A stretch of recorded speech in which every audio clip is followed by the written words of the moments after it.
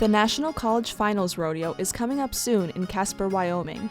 Qualifying students from SDSU's rodeo team are putting in their final practice hours.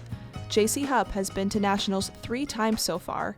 This year, she's coming back from an injury that left her out of the arena for months. I ended up having my head rope stretch and snap back at me, and people that were there said it sounded like a gun going off. It stretched so far and snapped so hard, and it hit me right dead center in my right eye. And we didn't really know what was going on right away. It was so big and swelled up, and I couldn't even open it, let alone know if I could see out of it.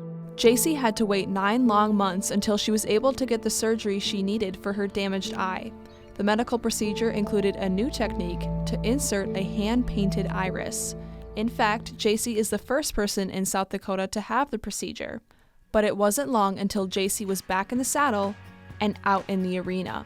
I was scared to fail back then. I had no idea if I'd be, because I had success before the surgery, and I didn't know if I would really be anything comparable after that. I remember actually for a while looking at a bunch of barrel horse prospects because I thought that's all I would really be able to do. And actually, probably the most humbling part of it was goat tying was the hardest for me to come back to because everything was so hands-on, and my depth perception, that's still probably the biggest factor for my eye, is I really don't have much for depth.